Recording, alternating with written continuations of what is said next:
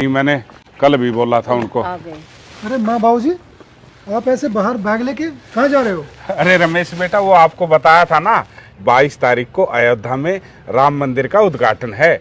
बस उसी में सभी शहर के लोग जा रहे हैं, तो हमने भी टिकट बुक करवा ली अपनी, तो वहीं पे जा रहे हैं। अरे बेटा, हम तो तुम्हारे आने का इंतजार कर रहे थे। हमारी बस निकल जाएगी, हमें बस कुछ पैसे दे दो।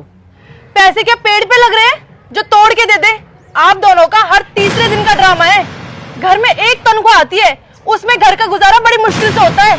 माँ बाबूजी, आप लोगों को तो शर्म आती नहीं।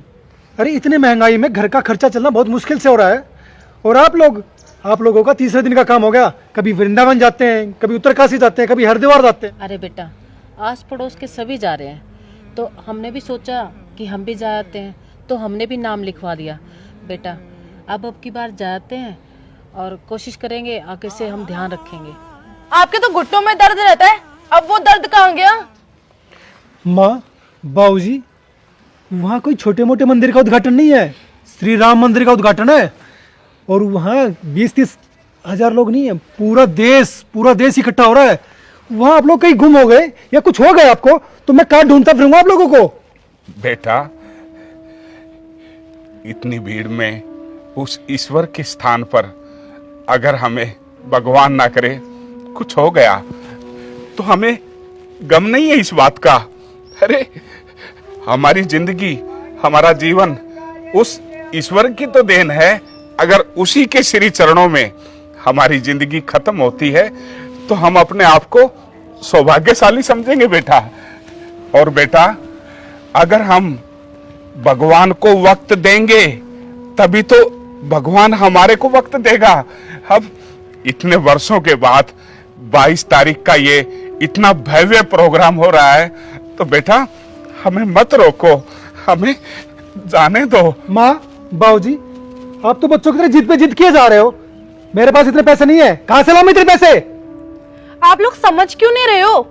अरे मैं भी बाहर रहती हूँ, ये भी ड्यूटी जाते हैं, हम दोनों शाम को आते हैं। और एक बात तो सोचिए, घर में नौकर है, पीछे से उसने कुछ चोरी कर ली या भाग गया तो क्या करोगे? कम से कम आप लोग रहते हो, घर की देखभाल तो होती है ना। हाँ बेटा, ठीक कहा तुमने।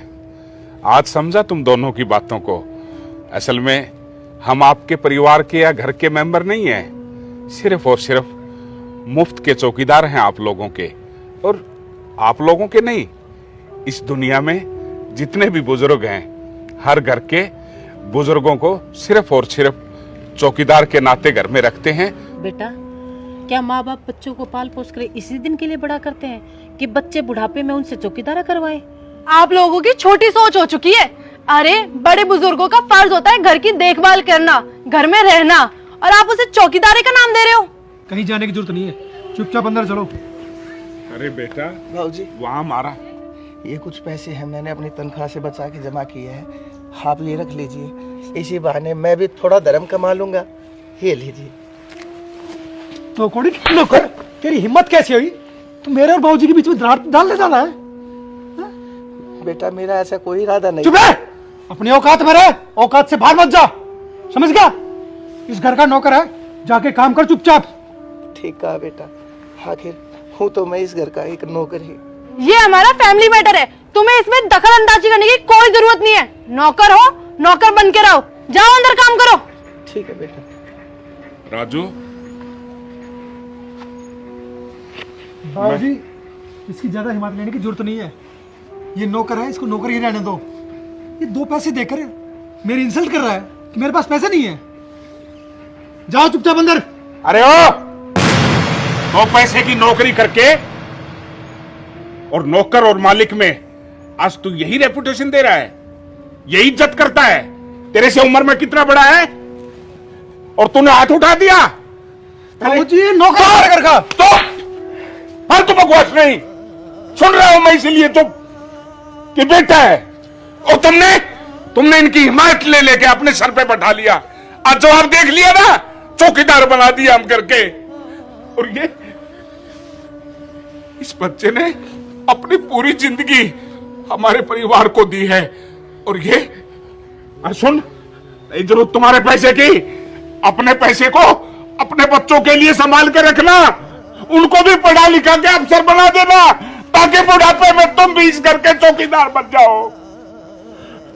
और हम हमेशा हमेशा के लिए ये घर छोड़ के जा रहे हैं। नहीं आएंगे, नहीं आएंगे। राजू, तू हमारे साथ चलेगा। जहां हमारी इज्जत नहीं, वहां तू भी नहीं। चलो बाबूजी मेरी बात सुनिए। माँ माँ बाबू फालतू बात नहीं। देख लिया माँ और बाप और औलाद और माँ बाप का प्यार, कुछ नहीं, महज चौकीदार। मैं तो उस हर माँ बाप से एक बात कहना चाहता हूं कि वो बच्चों की परवरिश पे पालते पोसते, अच्छी एजुकेशन दिलाते, अच्छी जॉब पे, क्या यही देते खाने के लिए? अगर आज बच्चों के पास 2 पैसे नहीं है उनके किराए के लिए। अरे आज कितने सालों की तपस्या के बाद अयोध्या में मंदिर निर्माण हो रहा है, पूरा देश कितना खुश है, और उस खुशी में आप कह रहे हो कि धक्के खाने जा रहे हो? वहां हम धक्के खा लेंगे, तुम यहाँ खुश रहो अपने महल में, हमें जरूरत नहीं है। चलो, नहीं रुकना, नहीं रुकना, प्लीज आप समझाओ ना बाबूजी को। नहीं रुकना। चाचा चलेगा, मैं तेरे लिए मर चुका हूँ और तू मेरे लिए। अरे तबीयत खराब हो जाएगी। आप चुपचाप बैग लिया, नहीं रहना। माँ, न माँ रखिए, प्लीज न रुक रख- जाओ माँ। अरे जहाँ ये जाएंगे मैं वहीं जाऊंगी। माँ तुम तो सुनो।